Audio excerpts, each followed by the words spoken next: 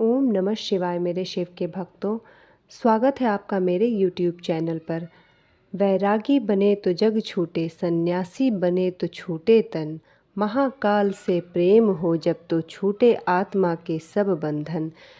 दोस्तों, आज मैं आपको एक मासूम शिव भक्त की कहानी मैं आपको सुनाने जा रही हूँ। यह एक सच्ची कहानी है। अगर आप यह कहानी सुन रहे हैं तो पूरा सुनिए, क्योंकि कोई भी कहानी यदि पूरी सुनी जाए तभी उसका फल मिलता है और बीच में छोड़ देने से उसका कोई भी फल नहीं मिलता है।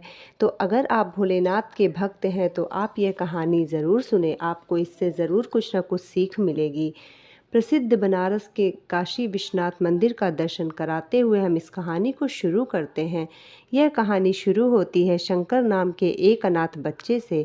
शंकर को जंगल में रहने वाले एक शिकारी के गिरोह ने पाला था।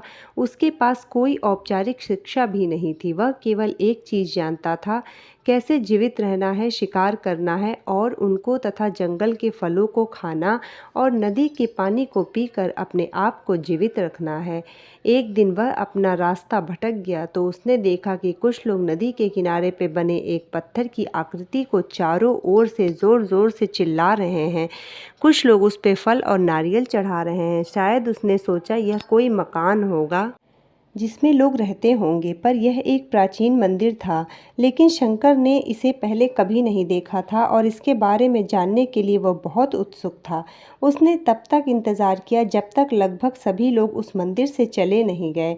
अंत में उसने एक युवा लड़के को उस पत्थर की इमारत से बाहर आते देखा और उससे बात करने का फैसला लिया और शंकर ने उससे उस मंदिर के बारे में कई सवाल पूछे। उसका पहला प्रश्न था, इस इमारत को क्या कहते हैं? लोग अपने साथ क्या लेकर आते हैं? उन चीज़ों को अंदर वाली इमारत में छोड़कर क्यों वापस आ जाते हैं? चीज़ों को अपने साथ लाना और उन्हें वापस अंदर छोड़कर चले आना। वह लड़का जिससे शंकर ये सारे प्रश्न पूछ रहा था, वह लड़का शंकर की अज्ञानता, मासूमियत पर बहुत ही हैरान था और उसके सवालों से चकित भी था। वह यह नहीं जानता था कि वह पास के जंगल में रहता है और शिकार करके अपना जीवन यापन करता है, लेकिन फिर भी उसने उसके सवालों के जवाब देने की पूरी कोशिश की। उसने शंकर को बताया कि यह भगवान शिव का मंदिर है। लोग उन्हें फल फूल चढ़ाने आते हैं। जो भी भगवान से जो मांगता है वह भगवान शिव की सभी इच्छाएं उसकी पूरी करते हैं। यह सुनकर शंकर तुरंत मंदिर जाना चाहता था।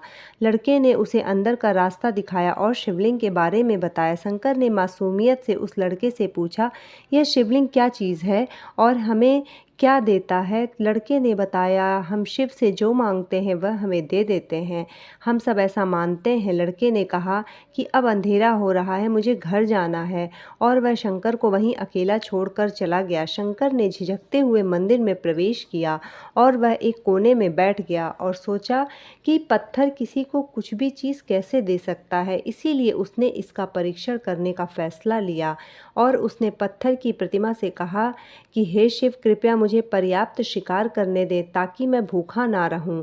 मेरे पास आपको चढ़ाने के लिए कोई फल या फूल नहीं है। यदि आप मुझे शिकार देते हैं तो मैं आपके साथ उस शिकार को साझा करूंगा। मैं विश्वास दिलाता हूं कि मैं आपको धोखा नहीं दूंगा।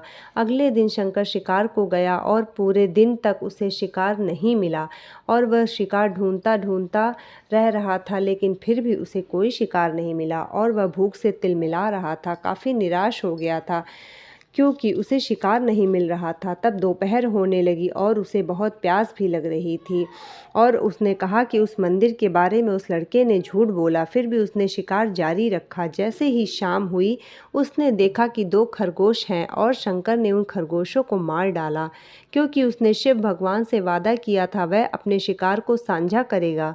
वह अपने शिकार में से एक लेकर के मंदिर को चला जाता है और मंदिर में रात हो चुकी थी, इसीलिए सुनसान हो गया था। शंकर ने मंदिर में प्रवेश किया और जोर से कहा, कृपया आओ और अपना हिस्सा ले जाओ प्रभु, आपके लिए मैं ले आया हूँ। वह वहाँ बैठ गया और अंधेरा होने लगा, इसीलिए वह वहाँ पे अपना जो शिकार था उसे छोड़ करके वहाँ से आने का फैसला किया। अगली सुबह जब लोग मंदिर पहुँचे तो उन्हें शिवलिंग के सामने मरा हुआ खरगोश मिला। भक्त बहुत परेशान थे और यहाँ इसे कौन लेकर के आया है, यह सोचकर वो बहुत ज़्यादा परेशान हो गए और उन्होंने कहा कि किसने हमारे मंदिर को अपवित्र करने की हिम्मत की है। उन्होंने खरगोश को बाहर फेंक दिया। अगले दिन शंकर अपनी भूख मिटाने के लिए जंगल में शिकार करने गया, लेकिन इस बार उसकी किस्मत अच्छी नहीं थी। उसे शिकार भी नहीं मिला। उसने सोचा आज मंदिर जाना चाहिए और शिव से पूछना चाहिए कि उनको खरगोश का भोजन कैसा लगा। शंकर यह पूछने के लिए जब मंदिर पहुंचता है तब उसके आश्चर्य का कोई ठिकाना नहीं रहता है। उस रात मंदिर में लोगों की काफ़ी भीड़ थी, क्योंकि उस दिन शिवरात्रि की रात थी। लेकिन अबोध शिकारी लड़के को इस बारे में कुछ भी पता नहीं था। शंकर ने चारों ओर देखा और उस युवा लड़के को देखा जिसने उसको मंदिर के अंदर शिव से प्रार्थना करने के लिए कहा था। क्योंकि उसे इतने सारे लोगों के आसपास रहने की आदत नहीं थी, उसने वहीं रुकने का फैसला किया और पास के एक बेल पे चढ़ गया। यह एक लंबा इंतज़ार था और समय बिताने के लिए उसने पेड़ पर पत्ते तोड़कर ज़मीन पर फेंकना शुरू कर दिया। उस अज्ञात पेड़ के नीचे एक छोटा सा शिवलिंग था जिसकी पूजा लंबे समय से कभी नहीं की गई थी। शंकर द्वारा फेंके गए बेल के पत्ते उस शिवलिंग पर गिर रहे थे। शंकर भजनों से मंत्रमुग्ध हो गया और धीरे धीरे साथ गाना और पंचाक्षरी मंत्र का जाप करना शुरू कर दिया। रात भोर में बदल गई और सभी भक्त मंदिर से चले गए। शंकर पेड़ से उतरा और मंदिर में प्रवेश किया। उसने देखा कि शिवलिंग की आंखों पर तो लाल निशान थे। वे कुमकुम से बने हुए थे, लोगों ने चढ़ाए थे। लेकिन शंकर को यकीन था कि शिव को उनकी आंखों में कुछ परेशानी हो रही है। उसने शिव से खेदजनक स्थिति में जो भी महसूस किया उसके लिए उसे बहुत दुख हुआ।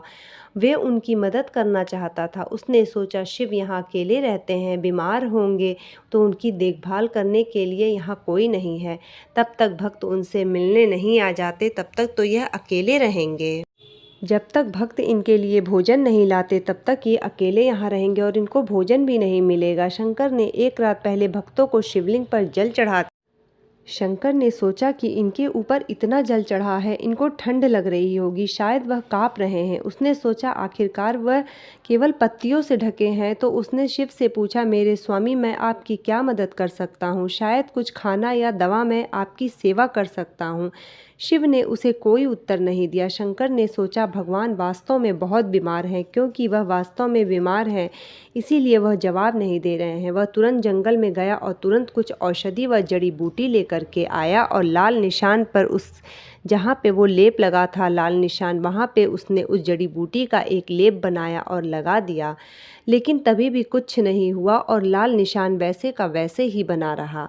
तभी उसने कहा कि लगता है शिव अंधे हो गए हैं और मुझे प्रभु को अपनी आँख देनी चाहिए ताकि वह ठीक हो जाएं। वह निश्चित रूप से उन्हें खुश कर देगा। और उसका दिल पवित्र था और उसने वहाँ शिव के हाथ में रखे त्रिशूल को उठाया और त्रिशूल को अपनी दाहिनी आँख की ओर ले गया और अपनी आँख को निकालने का प्रयत्न किया।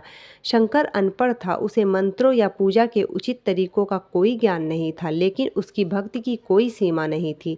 जैसे ही वह अपनी आँख निकालने वाला था, शिव अपनी पत्नी पार्वती के साथ प्रकट हुए। उन्होंने पार्वती से कहा, इस भक्त शंकर ने अनजाने में शिवरात्रि पर उपवास किया, बेल के पत्तों से मेरी पूजा की और साबित किया कि इसका दिल बेदाग है। मैं अपने इस भक्त पर काफ़ी प्रसन्न हूँ। भगवान शिव ने शंकर से कहा, तुमने मुझे अपनी मासूमियत के कारण जीत लिया है। प्रभु ने मुस्कुराते हुए कहा कि लोग मुझसे हर समय वादे करते हैं, लेकिन जैसे ही उन्हें वो मिल जाता है, उन्हें जो चाहिए था वो भूल जाते हैं सब कुछ। दूसरी ओर तुमने मेरे साथ एक सच्चे इंसान की तरह व्यवहार किया और यह वास्तव में बहुत दुर्लभ है। अब से तुम मेरे इस संसार में सबसे बड़े भक्त माने जाओगे और तुम्हारा नाम मेरे साथ सदा जुड़ा रहेगा। तुम कई सदियों तक जीवित रहोगे। इस बात को कहकर भगवान शिव माता पार्वती के साथ अंतर्ध्यान हो गए। तभी से लोग शिव के साथ शंकर लगाते हैं और बोलते हैं शिव शंकर। तो दोस्तों, अगर आपको ये मेरी वीडियो पसंद आई हो तो आप इसे सब्सक्राइब कर दें और लाइक कर दें और कमेंट में लिख दें ओम नमः शिवाय, जय शिव शंभू, जय शिव शंकर, ओम नमः शिवाय, ओम नमः शिवाय।